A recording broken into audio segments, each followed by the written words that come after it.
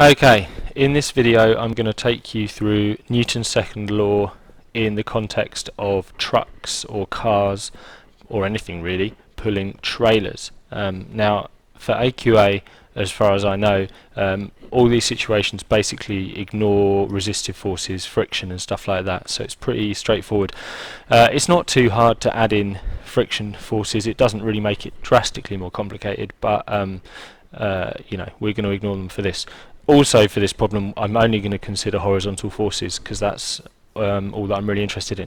So the situation is that you've got something, in this case it's the cab of a truck, okay, here, that is pulling something else along a trailer.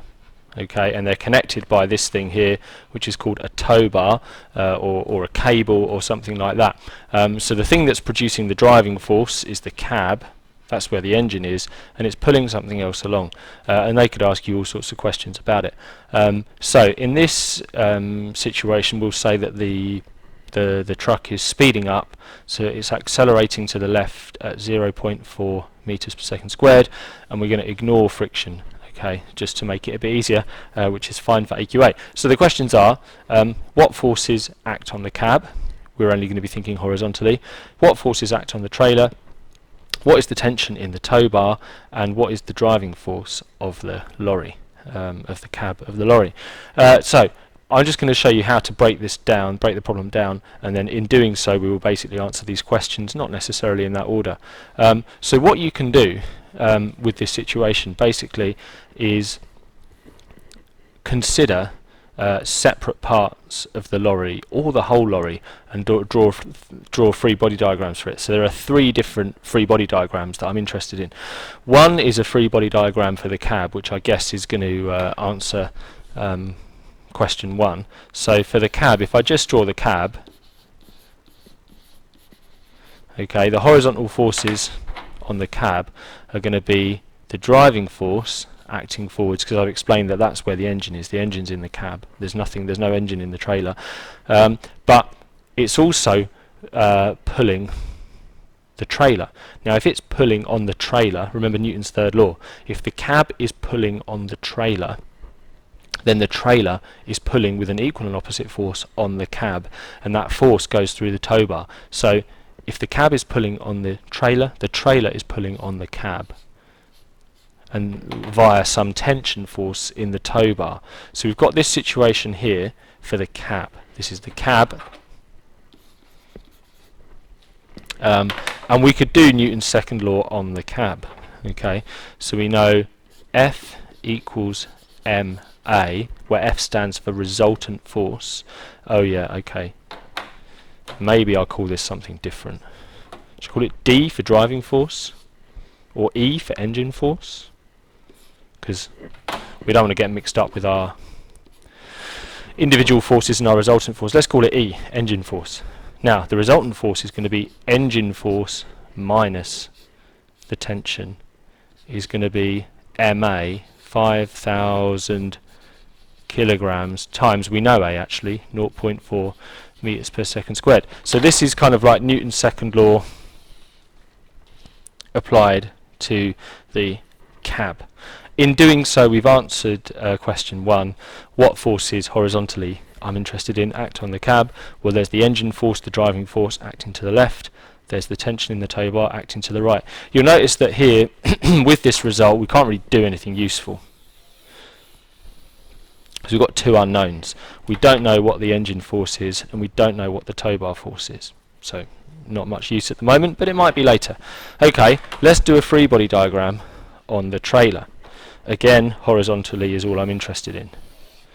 8,000 kilograms. Okay, well, we've already said that the cab is pulling on the trailer with a force, and that force is transmitted through the tow bar, so it's transmitted by the tension in the tow bar. So there's the tension in the tow bar pulling it to the left, and there are no other forces on the trailer. It doesn't have an engine, okay, and we're ignoring friction and resistive forces. So this is pretty straightforward.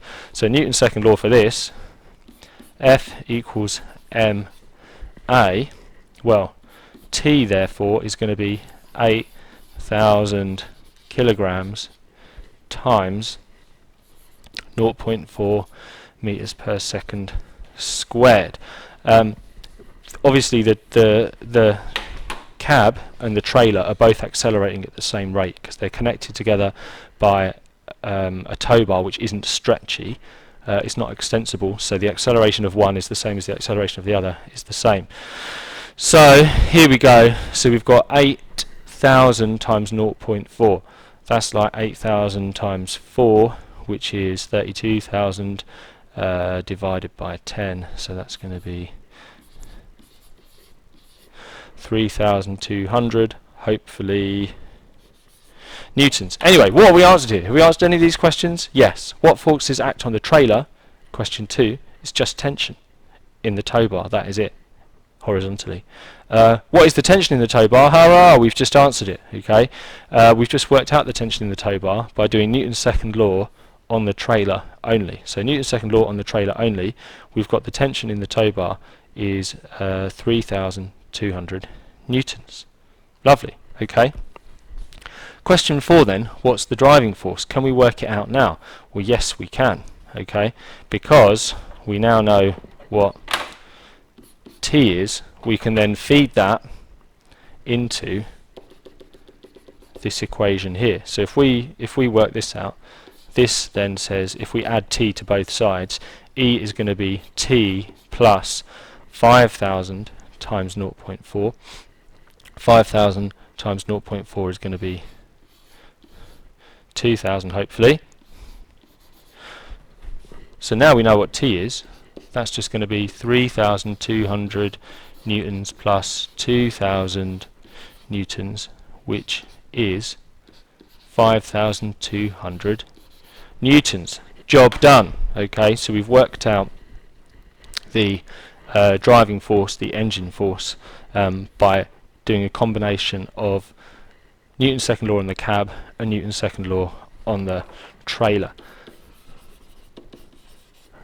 Now, just so you know, there's another way of doing that part as well. So you could do a free body diagram for the cab. You could do a free body diagram for the trailer. You could also do a free body diagram for the whole thing. Okay. Now, if you do a free body diagram for the whole thing, the whole combined thing all together, then the total mass is 1,300 kilograms. Okay. Now the external forces acting on the whole thing are just horizontally are just the engine force. Okay. The tension in the tow bar is an internal force to the cab trailer system, and when we're drawing a free body diagram, we're only considered in external forces. So if we consider this whole thing here as one box, which we're welcome to do, nothing's stopping us doing that, if we consider that whole thing as a box, then that whole box has a mass of 1,300 kilograms. The internal forces get ignored, so the force in the tow bar is ignored because that's an internal force. So then we just have the engine force, and you could also use this technique to work out what the engine force is. Since you know the acceleration of the whole thing, okay, you could work it out that way and you'd get the same answer, but probably it's easiest just to do Newton's second law on the cab and Newton's second law on the trailer. So this stuff isn't hard, is probably easier even than the pulley stuff, I would say. But they can ask you questions in a tricky way about it. So this looked pretty straightforward, but they can ask it in a harder way. Remember, the easiest way to think about it probably is to do a free body diagram for the cab, a free body diagram for the trailer, and just remember that the tension is the same. The tension in putting on the cab and the trailer is the same. So hopefully that will help you out with your homework, and if you've got any questions, let me know.